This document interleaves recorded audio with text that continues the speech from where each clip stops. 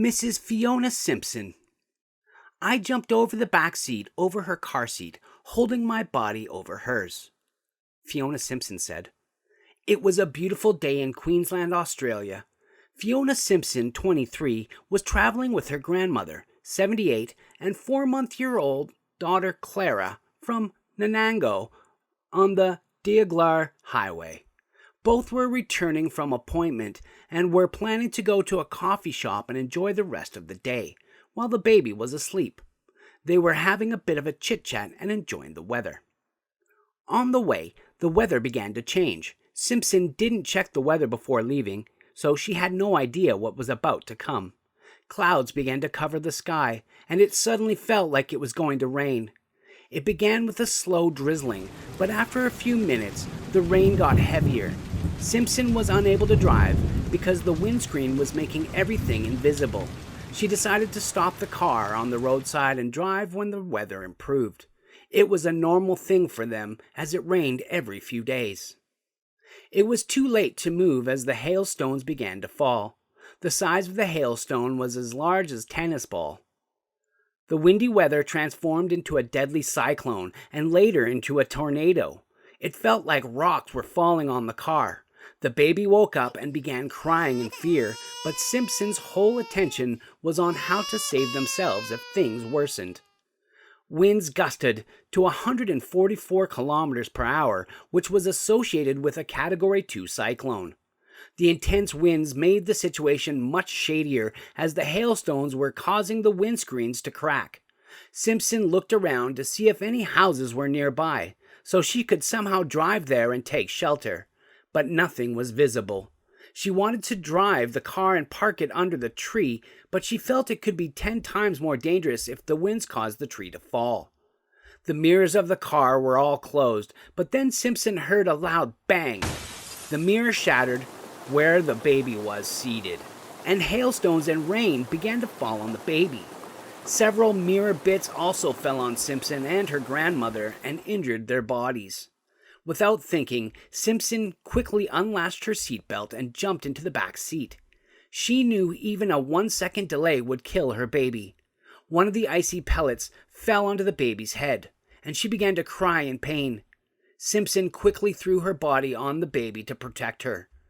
The hailstone began to fall on Simpson. She was in immense pain as the hailstones were battering her body. In the struggle to save her baby, she looked out of the broken window. She could see thunderstorms ripping and uprooting trees and destroying houses. The hailstorm was belting the entire area. Simpson felt like these were the last moments of her life. She could feel excruciating pain in her body.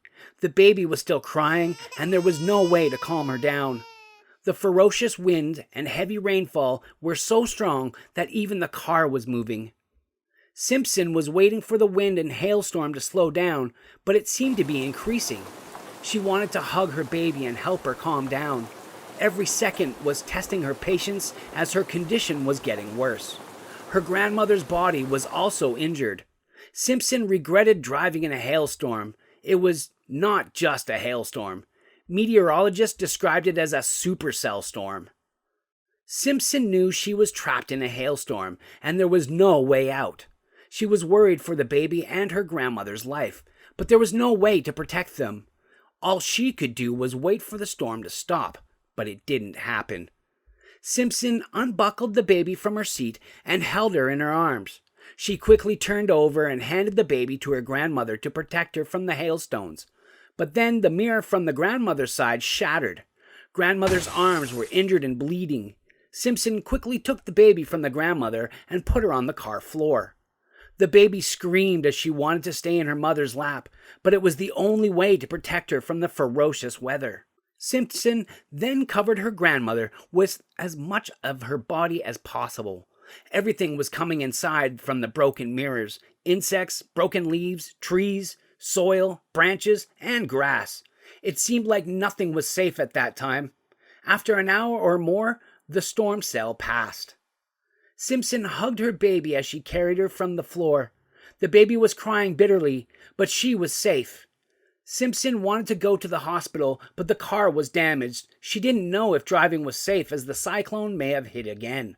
She saw a house far away and decided to drive her damaged vehicle there. The residents were shocked to see a young woman and her grandmother injured severely. The baby had bruises on her head and arms. The resident quickly called for paramedics. All three were driven to Kingaroy Hospital in Queensland, Australia, and treated for their injuries. Simpson's grandmother was not in good shape. Her left arm turned black from bruising, and her skin shredded. She was in pain and was asked to stay in the hospital for treatment for the next few days. Simpson can't believe that she had been able to her grandmother and daughter. Today, when she looks at her baby smiling and giggling, she feels relief in her heart. Simpson regrets going on a hailstorm day that almost killed her. "I've learned my lesson today. Never drive in a hailstorm," she wrote on Facebook. That was not only difficult for Simpson and her family, but the entire state of Queensland experienced fear and pain. The winds tore the roofs off homes and businesses.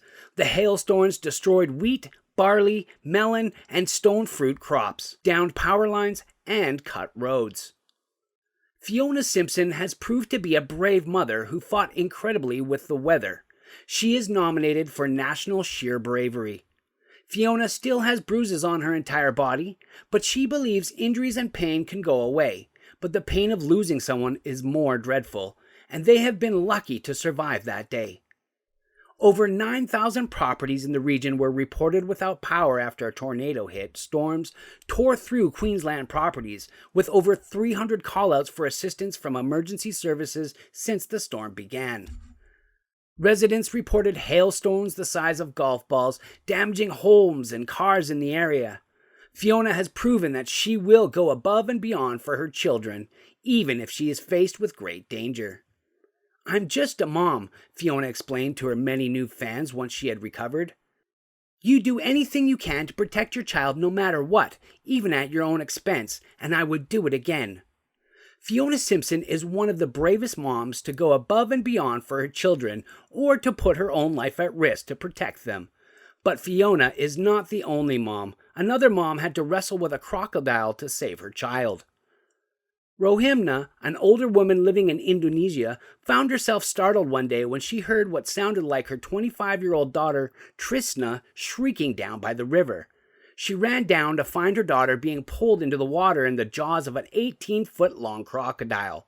Her leg was held fast in its mouth. Rohimna leaped into action, kicking and punching at the jaws of the immense reptile with all her strength. She even tried to pry the jaws open with her bare hands. Remarkably, she was able to pull the jaws apart enough for her daughter to wiggle free. In the end, the croc fled, and Trishna only needed 50 stitches. It was a daring rescue, and one that definitely deserves to be in the mom record books. That's a wrap for today. Don't forget to smash the thumbs up, share, and subscribe to the channel to see our latest content.